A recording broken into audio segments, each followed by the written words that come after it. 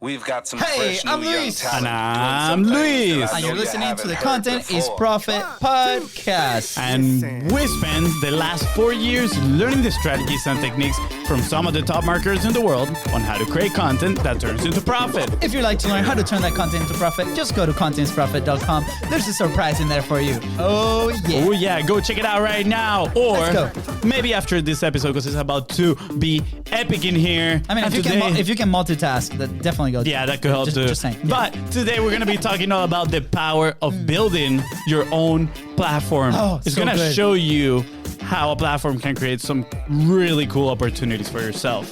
FONZI, do we have a sponsor today? It's Indeed, we Wednesday. do. Thank you so much Yeah. for asking. You're welcome. Today's sponsor is your own, the BIZBROS with Content Momentum. And you might be asking yourself, what is Content Momentum? Well, if you produce a long-form piece of content just like this podcast that you're listening to or watching, and you want to turn it into value-packed, bite-sized assets so you can maximize your efforts and impact more people, amplify your contribution instead of just making noise. That's right, guys. Then That's right. we want to help you out. Please slide in the DMs at BizBrosCo on Facebook, on Instagram, on LinkedIn, on TikTok. You name it. We're there. Anywhere, everywhere. Go, slide. Have fun with us. And don't forget to subscribe. Smash that subscribe button so you know when those episodes are dropping on your phone every Tuesday, Thursday, and Saturday. And follow us on social media everywhere at BizBrosCo. That is right. And guys, if you find today's conversation impactful and you know of somebody that can benefit from listening to it, please, all we ask is for you to share it. Share it with them, help them move one step forward towards their goal. And please leave a 5-star review while you're doing that. Thank you so much. Today we have an incredible, cool guest. We actually came across her while we were doing some good old prospecting. We were looking across Gary V's when all of a sudden, boom, we saw today's guest. Why do you? It says Gary Vaynerchuck. Why did you cut it short? Because you gotta that was put such a long word You gotta put for me to read. the pizzazz in there, but it's Wow. not about Gary today. Wow. Today's about our guest. I immediately had this feeling. He was telling me, reach out, FONZI. Her name sounds Venezuelan. Guys, trust your intuition. Today's guest is an incredible Venezuelan entrepreneur that leveraged her platform to build her own path into incredible companies. She's the host of the Yacht Femme podcast. She has even designed a yacht. Oh, yeah. I had to read that twice. Yeah. How epic is that? She has traveled to over 41 countries and worked for one of Gary V's brands, Vayner Speakers. She now works with renowned entrepreneur Jim. You can pronounce it, come on. I know. Jim G. McLevy. McLevy. Oh my gosh, I always... Maybe our guest today can help us out how to pronounce better in that a name. new tech startup. By the way, big time entrepreneur. Just saying. Yes, he is, if I'm not mistaken, the founder of Square. I hope. I hope you're right. Square. Yes. Our Yes. guest is saying yes, Yes. behind the All scenes. right. We got it Yes. right. So pretty epic stuff. Please welcome host of the Yacht Femme, incredible entrepreneur, and the Yacht Queen herself, Andrea Tagliaferro.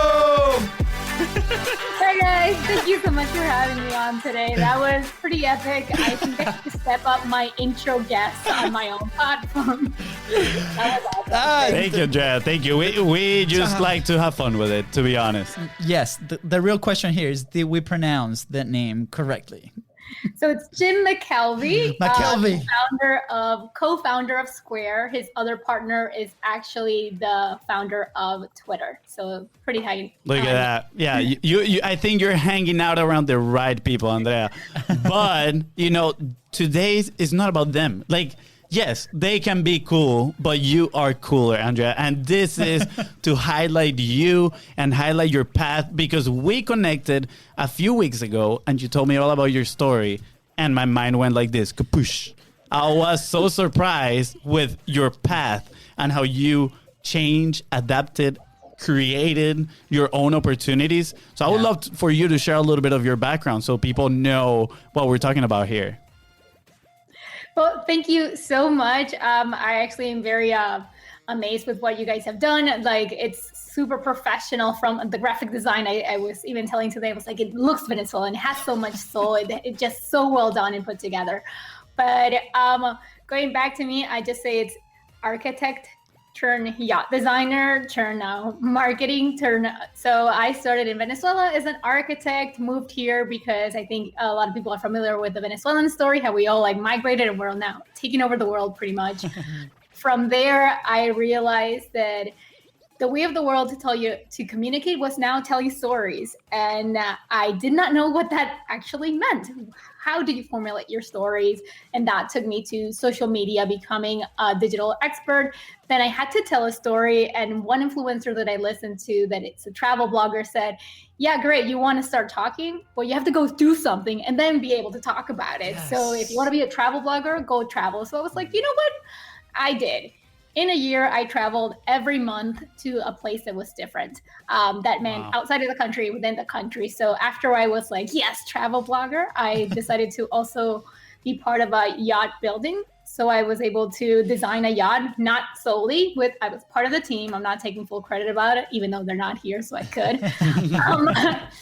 After that, I realized that the same way you guys found me, I found as well Gary Vaynerchuck. And when I moved to New York from Florida, I said, if I could work anywhere, where could I work? And I applied and worked as a marketing director for one of his companies that's called Vayner Speakers. And from there, now I'm a senior marketing manager at Invisibly. I am insanely happy because it's a tech company. I was really dying to get into that industry and see what it's all about. It's all over the news. It takes over our lives. So now I'm like in the midst of innovation on a daily basis. So I think that's pretty much it. Wow. I want to put this out there for those that are listening. There we go. We got to celebrate this story, this journey. You broke down this story extremely well. And I know, just by the fact that you mentioned that, it was partial credit about the yacht designing and all the stuff, we can tell you're very humble. But Andrea, this is a moment for you to, be loud. Bragging time. Yeah, bragging time. It's totally okay. But, I want to point out something in here, right? And it was that transition from your career to if I'm going to get another job, where is it, right? And chasing that opportunity, but also something highlight the fact that you managed to obtain that opportunity because of the work that you put in before with your own personal brand, right? Exactly. So when I was doing yacht design, a lot of people would feel like, oh my God, the best thing. Actually, I was working a 9-to-5, working for someone else, building the yacht. And I realized that at 6 p.m., my brain would shut down. It would be done. And at the beginning, I was like super like, oh my God, I'm done by 6. Look at me. And then after like a couple of weeks, I started actually feel very guilty that I wasn't meeting my full potential. And we had this amazing surge of Venezuelan influencers from Sasha Barbosa, with Sasha Fitness, La Vida Orgánica, Giselle Orentas. By the way, we all graduated in the same class back in our same school back home in Maracaibo. So having those examples hit so close to home, I was like, I can do more. And that's when I started with the comfort and the stability of that 9-to-5 to what do I do in the hours after. And that's when I started to teach myself digital marketing. But you don't learn as much unless you put things into practice. So that's why I was like, okay, I want to tell people how to create a brand. Therefore, I have to create a brand. What is the brand? Well, I'm in yachting. Let's talk about yachts. Let's talk about women. So I was like, yeah, but we have to find our niche. So I was just taking everything you saw out there, applying it to myself, and actually putting my heart behind it, not just as a testing project, because I needed to live through the whole thing. And the momentum kept moving around and everybody started knowing the brand. I was being recognized like this luxury and this iconic thing now in the yachting industry. Like someone was disrupting the equality side of yachting because it's a very male dominated industry. And there came the same. There were no social media influencers, there were women. So this whole thing was like, it's happening in all the other industries, but just not in yachting. And through that, it became like, okay, we have this amount of reach on social media, but what if we had a long format? Let's do podcasts. What if we had this? Let's do that. And then little by little, you started teaching, and I really enjoy the previous episodes that you guys launched, that as an entrepreneur, it's about action, not only studying. So it was just like, I would learn this, let's put it into action. This, let's put it into action. Yeah. And just try to submerge yourself in conversations where you're always asking and taking notes like, oh, what did that mean? Let me look that up later on Google so I can apply it. Yeah, wow, that is so important, right? And actually, we were talking about it. We were to a workshop this past weekend, and we were talking about that process of coming out with new ideas, creating ideas and testing them out in the market. And you just explained it pretty well, right? It's actually very simple. It's about taking action, right? What is the feedback that I'm receiving? What is my own feedback to myself? And then reiterate, right? Like go back, work on that idea again, make it better. And is that cycle. But sometimes, I don't know why, but for us entrepreneurs, sometimes we just get caught up in that shiny object syndrome, right? The SOS. We're like, oh, help. And it's just like, let me consume all this information when the only way to actually help ourselves is to take action. Yeah. So on that, there were two things that I really had to, I think with many of us, I'm hoping I'm not completely alone, had to struggle as, I don't know if entrepreneurs, but definitely doing something on your own as a small business owner or just being alone. Yeah. Is all of these ideas are great. They're coming in. So you're like, awesome. I'm so creative. Look at so much stuff. So then I want to do everything. But the reality is if you didn't set out your goals that it just like by end of year, in 5 years, I want my company to stand for these 3 items. So every new idea that doesn't meet those 3 items is actually taking time away from you and pushing you further from your goal. Therefore, that's awesome, great. You put it in a list for like, whenever you're bored and you finished and you accomplished everything, let me go back to actually how to create an icon for my website on the tab, like the favicon, something that just like, will that get me closer to having a sponsor on my podcast? Not really. So maybe I should focus on something else. Yeah. That was one of the main things. And the other thing, I don't know if it's coming from architecture, perfection. I've learned a lot from TED Talks that, okay, architects are always trying to be perfect, do everything the best way possible. And you're always trying to improve yourself. Yeah. And the other one is women. This is a statistic that we don't reach out or we don't say we're done with a task until it's completely fully. So sometimes you could be done with something at 60% and move on to the next step instead of perfecting something. Yeah. Losing time, therefore losing profit. Yes. The content is not now profitable because you wasted so much time at it. So a big learning for me was like not everything doesn't have to be perfect and be able to stay focused on your main goal. And the other ones are like, nice noise. It's great. I will learn that someday. Yeah.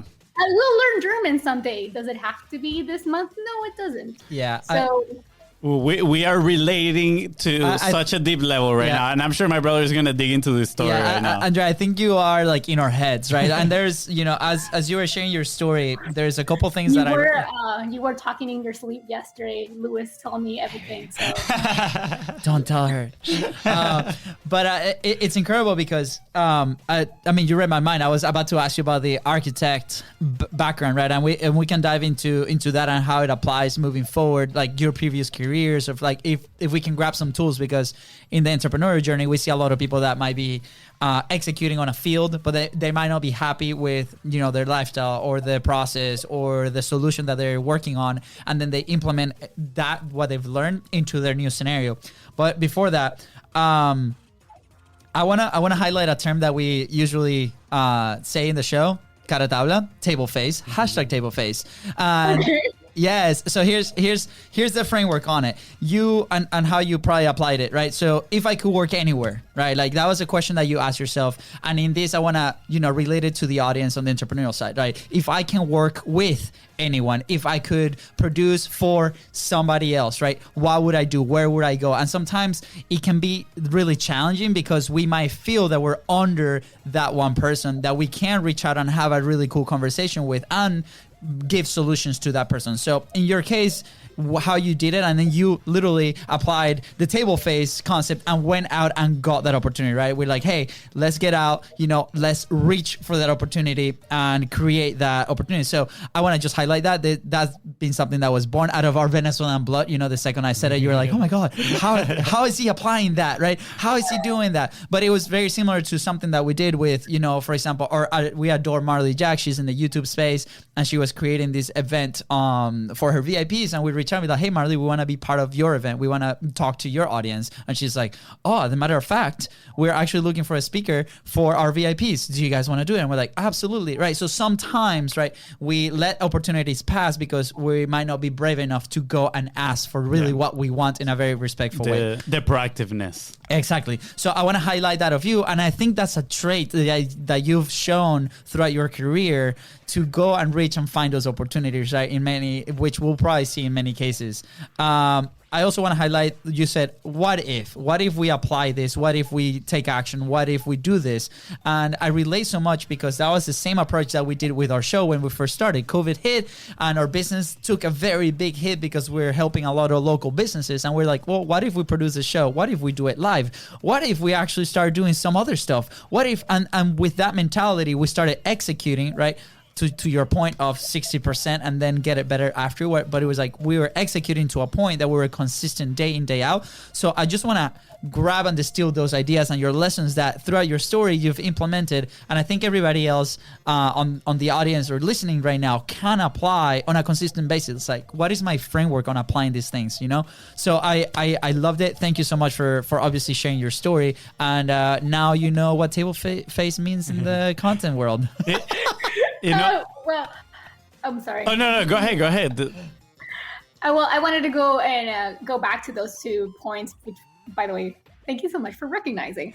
One was the architectural one, and the other one was pretty much just going for it. And first of all, identifying what you want and then actually going for it. So architecture helped me a lot. This actually came up in my interview to get into VaynerMedia with Gary Vaynerchuck. What does an architect have anything to do with content creation? They didn't word it like that. I'm just, adding a little spin to it.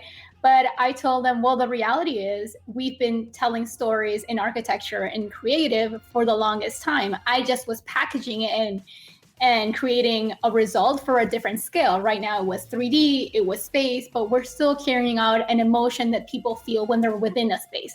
Now, graphic designers do it in 2D. Everything is like not only what world you're in, space, 2D, and this and that. And it's just like, but how big is the space? How long do I have it in? A movie, is it 10 seconds? Is it a long format? So again, it's telling stories all the time. It's just now a different medium. That's it. You go from the movie, now from the podcast to audio, and now we'll probably all be in Clubhouse. And the other one of like diving in and just really going for it, it was really hard to identify what you wanted to go for, because sometimes we'll spend all our lives, what is the meaning of life and stuff, and then we end up not doing anything. And that really scared me, being at your deathbed and someone saying, what do you regret? And then pulling out the list. Well, then I couldn't decide between going to Machu Picchu or going to the Egyptian pyramids. Therefore, I did neither. So no, I became very scientific method of finding everything that I wanted, and I am all about spreadsheets. And then it became this is viable in a week, in 2 weeks. This takes me a year to do. This will take, it's only me that needs to create this task. No, I need to actually recruit 5 more people. I don't have 5 more people. So with those, do you meet all the requirements to tackle this or not? It filtered things without me actually having to think or emotionally be attached to, but I really wanted to do it, but you can't, done. Yeah. So with that checklist format and really going forward to someone is really putting yourself in the position of having those conversations. You wanted to have that relationship with that person that you mentioned.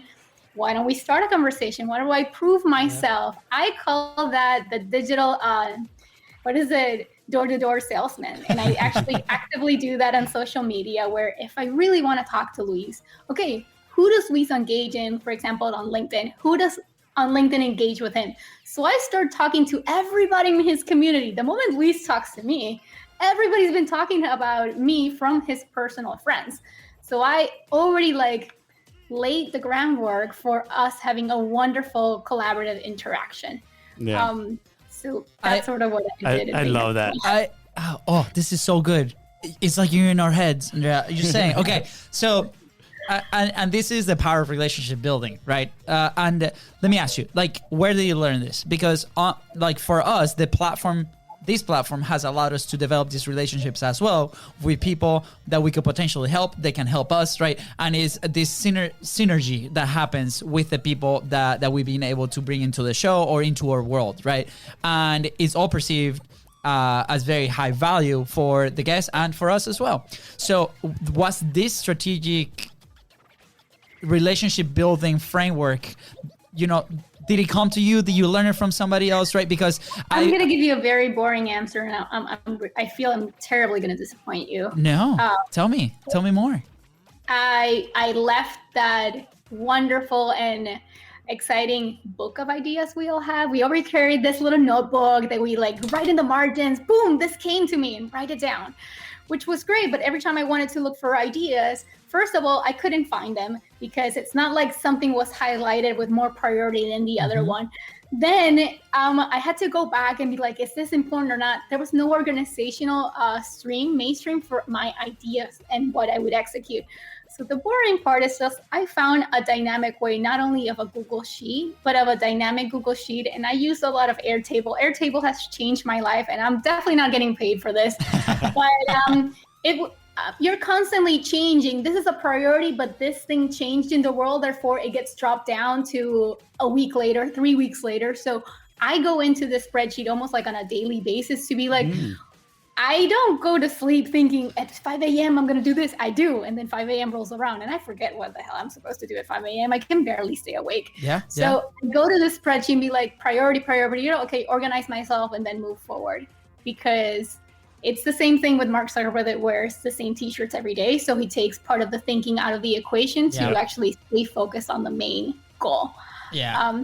Boring spreadsheet. No, by the way, no boring at all, because like this is a topic that comes out a lot, right? Especially we deal with a lot of people with their messages, with their content, staying consistent, especially now with the challenge that we have going on, right? And it comes down to the systems and processes that you put in place for yourself, right? So it's impossible to execute at that high level like you're executing without the support of a solid framework. And yesterday we were listening. I don't know, Fonzi, you're about to make a very smart comment, but I was listening to the podcast with George Bryant. He's been a guest on the show a couple of times, and he's talking about containers, right? And he's talking about your containers in your life, on your work environment, within your work. What is the containers that I establish for the communication with my team, with the communication with my content, like where if it leaks out, but it also leaks in. So creating those very solid systems that you put in place on a daily basis consistently to execute at that high level. So obviously, go listen to the episode. Anybody that's listening, he dives deep into that, but it comes to that high performing habits, right? And we need to change our mindset. We need to accept that we need to put those systems in place, because I personally was a guy that would be like with the flow. Fonzi is a guy that normally goes with the flow. So in our journey, we've had to learn that in order to operate on a very systematic, consistent basis with the objectives that we want to achieve, right? If they're this high, we need to evolve, we need to grow, we need to implement the system. So that's what I say, no boring at all, because the people that are listening to this show want to get there. So I think this is very useful and intelligent information. So thank you. I just wanted to say that. I want to relate what we're just talking about to the content scenario. This is something that we've been working on with the people that is in our 45 Live Challenge. And they're like, what am I going to say? Like sometimes I have to sit down and think, what is the topic I'm going to talk about? What is the story I'm going to talk about, right? And yes, I am a person that usually goes with the flow, but one of my most recent obsessions is organizing my ideas, organizing my stories. So when I have to create content, I guess stay consistent without having, to sit down and think about it. So I have my process of when I see something extremely cool happen that I'm like, ooh, that has a lesson that I can relate to what we do, right? That is a great story. I go into my Evernote and I type a few bullet points in a document. So now when I have to create content, all I got to do is go back to that, check it out in there. And that's it. I have this story. and I can say it in the next 5 minutes without having to, spend 30 minutes crafting everything. And I think it's the same when it comes to business goals, right? What is my priority, right? And consistently keeping an eye on those. I am guilty of not consistently keeping an eye on my schedule sometimes, right? And I know that is actually one of my goals for this year is become extremely disciplined on my calendar. Thank God. But those are the things that are going to move you forward, because in a day-to-day basis, I want people to think about it. How many times do I actually think about, I need to do the favicon, like you were saying, Andrea, right? And then we go immediately and do that instead of having our list and say, nope, this is not a priority. I can actually outsource this to somebody else. Somebody can do it way faster than I can do it. I'm just going to put my efforts into knocking online doors so I can build these amazing relationships.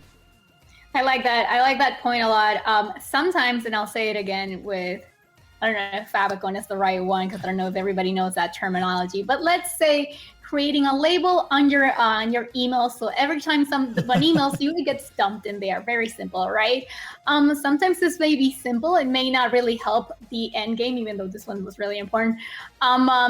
Sometimes putting those tiny little tasks in the middle of your day, maybe only tackle 3 of the ones that don't get to the big picture, makes you feel so good because you finally finished one. Because sometimes you're working on a project that takes like a year to feel good about yourself. So you're just like, let me do this one so someone gets really happy with me, gets me a little bit of an emotional positive boost that day so I can keep going. So I try to create a very clean system so I do know what needs to be done, but I do give myself flexibility because if I am my personal cheerleader, and when you're an entrepreneur, especially during COVID, you're completely closed indoors.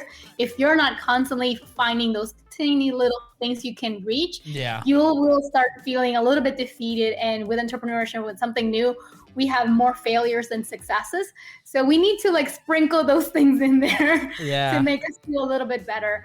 I really like your point about the containers. I will tell you this, sneak peek, David Rock is the personal filmer or that documents everything that Gary does. You may know him as D-Rock. So he said something, it wasn't the word container, but what he does do is he analyzed and thought of himself, even if you are someone who's very organic, very spontaneous, you will start seeing, but I'm most spontaneous after 3 p.m. that I had my amazing meal. I had my weekly, daily update with Luis and did something else, right? So now you know that from 3 to 5, you should block it because that's the most creative you have. And maybe in the morning, you're still getting restless and still waking up. That's definitely not gonna be your more creative. Maybe that's when you do the mechanical work. I leave all mechanical work after 10 p.m. because my brain's mush.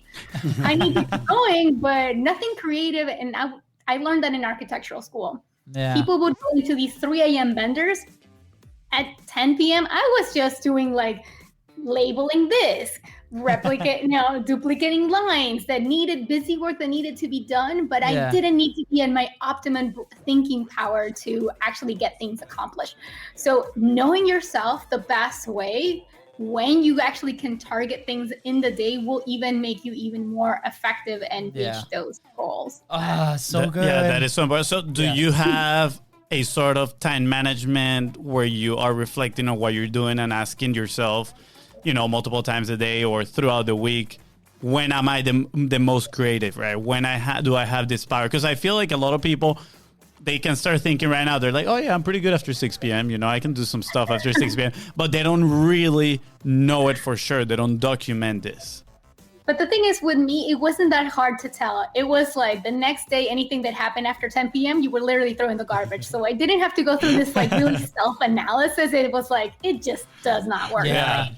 So I do that. And I did it one day that, look, I'm feeling very organizational today. Let me plan my life when everything is pretty in roses. So I go into Google Calendar and I have constant notifications to switch me into the right gear, because after you start a task, we all like going into the rabbit hole. It feels good to dive into the next YouTube, the next learning thing, and then you did nothing. Yep. So I have these constant alerts all day telling me, come back, come back and get back to task.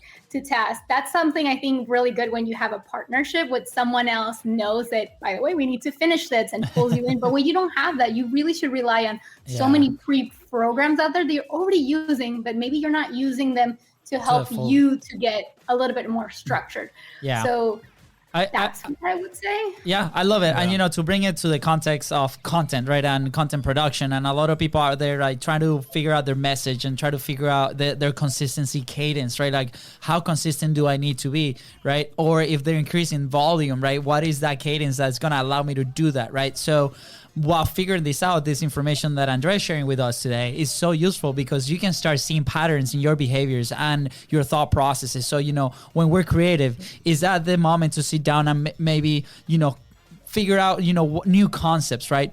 Or like you mentioned at the very beginning, go create those stories, right? So for example, to me, that has been a goal lately with my personal life, with Katie, with my wife. We're like, okay, every weekend, let's try to do something different. Even let's go to the park, let's go play baseball, let's go ziplining like we did before. Last weekend, we were on that workshop. It was the first time that we saw snow. We grabbed that information and then we're applying it to what we do on the content side of things. So identifying those indicators to boost the productivity, not only on the entrepreneurial world, but also on the stories, the marketing, the content that we are producing moving forward, I think is so important. And I think this is, I don't know if FONZI want to add something there, but I think this is a great transition because I have a question since the moment we read your headline. Can I? Go for it. Go yes? for it. I'm Are curious. You ready? That was a great hook, by the way. That was a great hook. You're welcome, man. Oh, thank you. The audience is raving too. Okay. Yeah. Sweet. All right, Andrea, here's the question. Let's go. Oh, man. You're gonna say the question? We preach platform, right? Like we talk about platform all the time. I want to hear from you. What is your definition of a platform? And then I would love to explore that because to us, it changed everything. And to a few of our clients, has changed everything too. So I want to hear from you, since you've been like in the middle of it, you develop your own platform too. What is your definition of platform? And then how can people apply it in their entrepreneurial journey or content journey? I think I understand the question. If not, correct me. But creating your own platform, sometimes I actually had to define this for someone else. Is this a platform, a company, a nonprofit? So in all of them, it seemed like they were all same under that same umbrella platform, but it's so important to have your own personal brand, which is how I would actually phrase it. It's a little hard for me because this is actually the first interview I've had about myself. I get interviewed for the travel side, the yachting side, the marketing side. It's never been some that sums up all the platforms because I have 3 very distinctive ones. They don't overlap. They're very unique brands, so much so that, again, people sometimes don't know about the other ones when they're actually interacting with me. It's really important that you have somewhere that's constantly tracking everything that you're creating. This was something that we didn't think of before personal brand, before social media, before the cookies were following you all over the internet, right? You would do something and then someone heard about it, it got lost in the wind and nobody saw it again. It's so important that you have that personal brand and keep tracking that anyone that finds you can go like, if I want to learn more about her, where is this all information gathered? I did a very good job of that with dividing my platform so severely until I think it was during the pandemic when I finally got that to the checklist, being like, I finally have time to tackle and creating a website that's called Andrea Tagliaferro, where there you can find, okay, this is the portfolio, this is the brand she has interacted with, all under one same roof. Yeah. It just creates in this world validation. Sometimes if you don't have that, oh yeah, I studied marketing, I don't know, USCLA or Harvard, this, or you like, I don't know, if you are like me, an immigrant that went to a good school for architecture back home in Venezuela. Nobody knows what that means here. Yeah. But if you don't have that, now we have the power of personal brand that you can literally be like, but this is everything that I've done. That's how I got into Vayner Speakers. I don't have a media background, marketing, social media, digital, anything. So I got there by like, they used my personal brand during the interview, asking the questions, picking them from there. she might not have this as a black and white on her LinkedIn resume, but this is what she's doing with her personal brand. Same thing happened with my company Invisibly. One of the main reasons I was hired was because of the Yacht Fun podcast. Look, proof of concept, created a brand, knows how to keep it going. Back to your point, understood what cadence means. Went back to the branding that you were talking about before, was just like, yeah, I have so many ideas, but until I know if they fit with this specific brand, the reality is no one's going to chime into your show if you constantly are changing the format, the language, and what the hell I'm getting out of you every time I tune in. So I don't know if that answered your question. I think I was a little bit over the board. No, that was pretty good. I love how you segmentate. You mentioned how you segmentate and you talk specifically to those people and those individual brands. But I love the fact that you said, your own platform to validate people that are coming in. They're like, oh, like, yes, this person does X, Y, and Z, right? And it builds status at the same time now because they've been seeing you take action, right? They can tell she's an architect, but look at everything she has done with her platform. She's an action taker. Like, that speaks louder than any words, right? Like, because you can be in an interview and you can be patting your back all interview long, be saying like, yeah, I can do X, Y, Z. I know how to use Photoshop, whatever. But if they cannot see it, right, it means nothing. And that is the value of the platform too. And I want to add a little bit there, and we touched base on this before, but the value of building those relationships with the platform as well. I think we love the sense of providing a place where everybody can win, because we feel that when we have this platform, you are winning and that we are winning because now we're meeting you, and the audience is winning because now they're listening to all your wisdom, right? So it's like, man, this is so cool, be able to have a place where everybody is winning. And I remember we actually asked one of our really good friends, he's been in the podcast too a few times, his name is Pablo Gonzalez, actually another Venezuelan, and we asked him, Pablo, what do you believe is perfect content? How would you define perfect content? And it's funny because a lot of people would answer like, oh, it needs to have great engagement, or like this metrics wise. And the way he answered it was pretty much the answer that I just gave you. He said, for me, perfect content is a piece of content that benefits every single person in there. The listener, the person that created the content, and if it's an interview, the person on the other side of the interview as well. And I was like, wow, that is so cool, right? Like, be able to create content like that, a platform like that is going to benefit everybody. Yeah. And then looking back at it, we were like, man, we actually haven't even found a downside to having a platform. Like, the biggest downside would be the work. Exactly. I'll say that, the hard work. Exactly. You don't know how much does it take out of you to build this, and then constantly, because you're not only you hit that, you said that many times, was a lot of people think, oh my God, she now has a podium to talk about herself. Look how amazing she is. No, I'm always thinking about you guys. If I'm not thinking about you and the receptor and the followers and how I can benefit your daily lives, you're not coming back. So if you want to be selfish thinking about it, or you want to be the other way, just thinking about you and the followers and the audience, in the end goal, that's how you actually became a successful. And a piece of content, like you're saying, I actually think that you don't have a black and white answer for that, because for a piece of content, it's the objective. Is it about awareness? Is it about lead generation? Is it about, a lot of people look at a page and go like, they're not successful. They only have 1,000 followers. I got 10,000 followers. And I'll give you a great example. The travel blog, The Clever Traveler, which is my Instagram handle, has, I think, 1,000 followers, 11,000 followers. Now the yachting page, which I'm terrible as I forget, we'll say it has over 3,000. I really don't remember how much it has, but let's say it has over 3,000.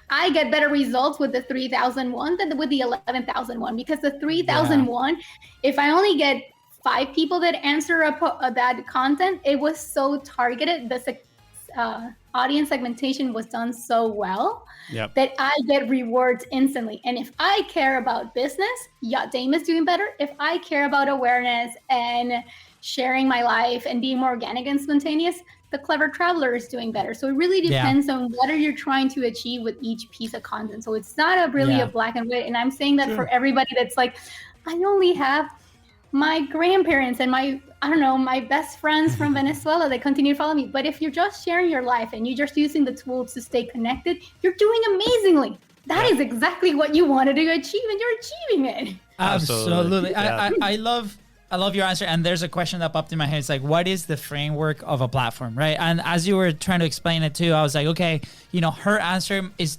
definitely not what I expected, which is fine, right? We love that. We love that, right? And this is the reason we love to connect with incredible people, because they bring a new perspective, right? For me, our platform is our show, right? Like if you go to bizbros.co today, you're going to see a sales letter that was written like 5 years ago. Horrible.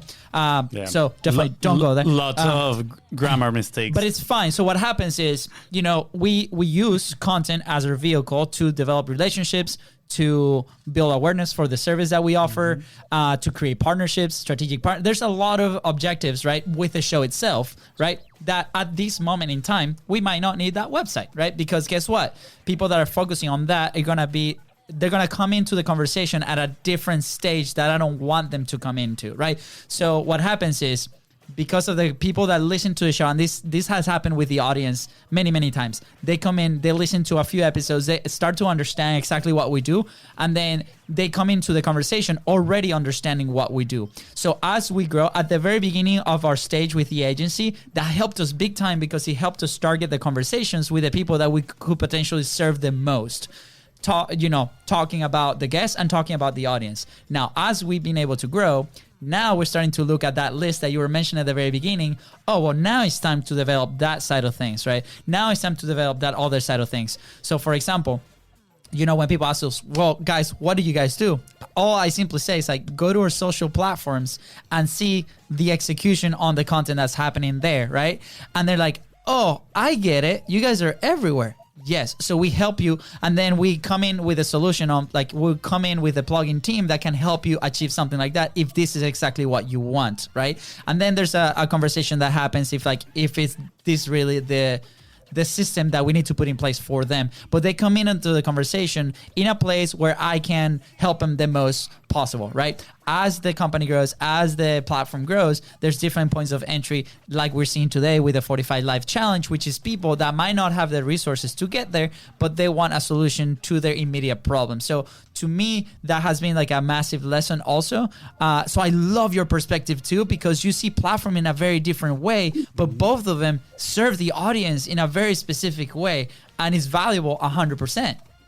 So I do have a counter for that. Yes, bring it on. Before I forget, because I wrote this down. Another amazing thing about having your own platform, and Giselle Lorente, now Giselle Schneider from La Vida Orgánica, and now her name, told me one of the main things you want to have your own website or your own platform. Not really your own platform, because platform goes more in this conversation into like your own identity, your own branding, your personal branding. No, you want to have your own website. Why? Because you control what happens there. We have seen a lot of social media platforms come and go, change settings. We all went through this tragedy. Oh my God, Instagram is changing likes, but that's one of the metrics I use to get clients. So now one of my metrics has been thrown out the window because someone decided that it wasn't good enough.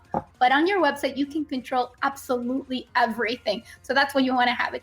If you don't have time to create your website, you are not familiar with building a website, believe me, I knew none of it. It takes a lot of time to familiarize with the words, to actually follow a blog and a beginner's, everything takes time. At least have your LinkedIn down right. If there is a section there that says description, add everything in it. I'm available on Instagram, this, that. Name everything, because at least on LinkedIn, you are looked at as a person and not one of your layers. Therefore, you can write there everything that you are involved in, and it is one space for you. So that's one thing. Yeah. And going back to, about your website, I learned one of the main things, I do understand what you're saying. You're talking about there's a marketing funnel. And then from Instagram people, they come into the marketing funnel already to convert because they actually know about us. They understand the message is super clear, but the people are coming from podcasts. they actually need to be in another part of my marketing funnel because they need to at least understand now how we do business. So you're talking about that audiences have a different understanding of who you are. Therefore, they're in different parts of this marketing funnel. So what I have learned, and what is a big practice or a best practice I have seen, is you do have a main website. Like if I Google you, and there has everything. Yeah. But the link that you use on Instagram or podcast or anything else actually takes you to a subsection within that website that you cannot access unless you come from this social media platform that takes that person through the steps so they can catch up to, okay, now you are knowledgeable enough to come and see my rest of the website. They don't know that's why they went through that. Yeah. But that is why you're like, I'm preparing you to actually be part of the rest of the conversation. Yeah, no, absolutely. So just so you know, I love it. we 100% agree with what you're saying. So I don't think it was a corner. I think it was like a super mega triple value add to what's happening, right? Yeah, I mean, the honest reason we don't have a website is because it's not on the top of priority of our checklist, right? We built that a while ago, and so far we haven't had the need to have it, although now you're making me consider it very much because you moved it up like 4 steps on the list. You're controlling the narrative, right? And that is important. And when you were saying, you control your message, your own personal brand, my mind actually immediately went to email marketing, right? We do actively try to collect people's emails, right? The audience emails in exchange for obviously something valuable, what we call the minimum viable content. It's a guy, so if you guys want to check it out, go to contentsprofit.com. But that is very important because we can control the narrative there as well in the email list. And you've heard all the time, it's like, you need to have an email list. Like every marketer makes so much emphasis on that. A segmented email list. Same thing if you're talking about having different landing pages of the people that came from Instagram, Facebook. At the end, can say, hey, by the way, if you want to be part of our 45 Live. Yeah, you got it. 45 Live, that's where that call to action would be. But in your main website, maybe that call to action comes in a second page or in a third page. But here, if the podcast, or like, for example, damn, why are you not sponsoring this show? Click here. That would be on the main landing page for people that are coming and found you on the podcast. And the moment you click on it, on when you're grabbing all these new contacts and new leads, they get segmented on, it's a hotspot you're using or MailChimp. So they won't get everything or something that you've never heard about. Like if I found them on podcasts, I did not see the latest YouTube hit that they created. So what the hell are you talking to me about in this email? Yeah. You really have to segment it. Why are you there? And people are very clear about it. They're like, do you want to learn everything? Do you want to just learn the sound bites? So give people options. Yes. Awesome. I love it. And we have a few minutes, like 5 more minutes. But Andrea, I would love to dig a little bit about this and about segmentation, right? Because it is so important. And actually, I feel like you might be one of the first one that is bringing this up in the podcast after 140 episodes, right? It is so important to stay relevant in that conversation. Exclusive. Stay relevant in that conversation with your audience, right? Because you want to meet them where they are at, right? At that moment is. You cannot go 5 steps ahead or 10 steps behind them because then they're going to be confused and then they're just going to disconnect from your journey. So I'm extremely excited because I know you've had probably a lot of experience in the companies that you work with segmenting people and audiences. So I'm curious, what is the importance of it? We kind of touched on that. And then what are some of the best practices when it comes to, let's say, your own platform, social media, and maybe email marketing? So thank you so much. I'm going to answer that with an example from Vayner. At Vayner Speakers, it's a speaking bureau that represents a multiple of like amazing speakers, right? But you may have reached us to the company because you want to learn about Gary or you want to learn about Jesse Itzler or Ryan Holiday and so forth. So depending on who brought you into the company, who was the referral, who were you asking about, what type of event you're asking about, we have paired you with the newsletter that's going to take you not only to that speaker, but what that speaker brings, because we know that this speaker stands for these subcategories. So if you didn't ask for the president of McMac, Rachel Typograph, but you did ask for John Henry, I will know that this newsletter will be relevant to you. So that's when I'm thinking about segmentation. That one was really easy because the company was already dividing for you. Let's talk about the one that I'm working on right now. Invisibly, we have different products that we're talking about. So I know that one of them is only relevant to you and you do not care about this. So benefit for you to having the audience segmented. First of all, the audience is getting what they want. They are opening that email because then your click-through rate, your open rate will actually stay good and positive. Yeah. You can also see less people dropping out of your conversation. And the more they're listening to you, the more they're becoming loyal followers, and the more they're closer to that part of the funnel where not only will they be buying your product, depending on what your product is, or telling someone else about it. They love you so much that they are the people that are actually bragging about you. Yeah. So best practices is really identify who you are and what are your products. If you're talking about a personal branding, for me, I don't have products, but maybe my product is like, this person got to my site because they really liked the resume, and they like the resume because they wanted to build something with graphic design, or they really is more like, oh my God, she's bilingual. Maybe she has some talking points of how to engage in interviews in Spanglish bilingual only. So know really what you stand for, and you do your own segmentation.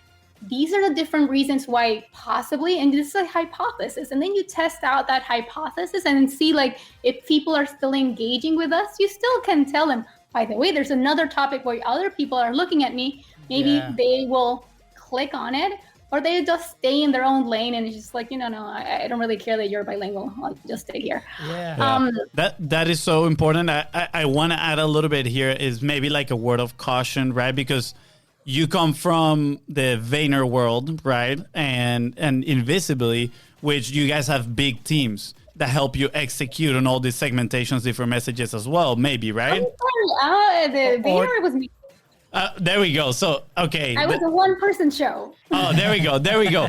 Then maybe this does not apply, but I just want to I want to point out the value of focusing, right? Because when we started, we were all over the place and we offered so many different things. And we weren't actually a business at that point. We were just freelancers, right? Because we had so many issues that we wanted to solve, so we couldn't focus in one message. And that goes back to your 3 different brands that are very, very specific, very segmented, and the message is individual for that. Yes, that is a lot of work. But for those that have one brand, right? For example, us, BIZBROS, we only offer one service. So now our message, I feel like it could be segmented itself, right?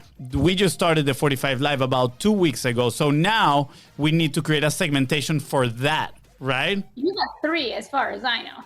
Keep going. So 45 Live and our main service right here. So these are 2. What is it? 3 or personal one? 2. Okay. You. So our personal one. I want to know more about who you guys are. How do you bring to the table? If the one that only tells you about the group tells you one thing and everything that's there. The other one is the services and the clients that you want. And the other one is like, who are Liz? I'm now following them. How can I reach them? Do they have a personal account, or is it only their professional account? Because you know what? I want to know what you did when you went to the snow. Maybe he actually has a public social media platform that I can now be a follower of them personally. That actually makes me trust your corporate brand even more. So as far as I know, at least you have 3. Love it. And also, I mean, that is extremely valuable, right? It gives us clarity. But at the same time, what I wanted to say is for individual entrepreneurs, they need to focus, right? It is very, very important. So the more segmentations we create within our business is going to divert our attention and probably make us less effective, right? So I just wanted a word of caution for people to bring it close, right? If you have 3, make sure you have the capacity to execute on all those 3 segmentations, right? I think we could potentially do, Andrea, I'm just gonna send an invitation out there for a part 2 of Continuous Profit, because this topic is fascinating. So I love especially like all the experience that you bring, and it's something that after, like Fonzi said, after 100 and something episodes, we haven't been able to like chat about. So open invitation if you want to talk segmentation on or everything else.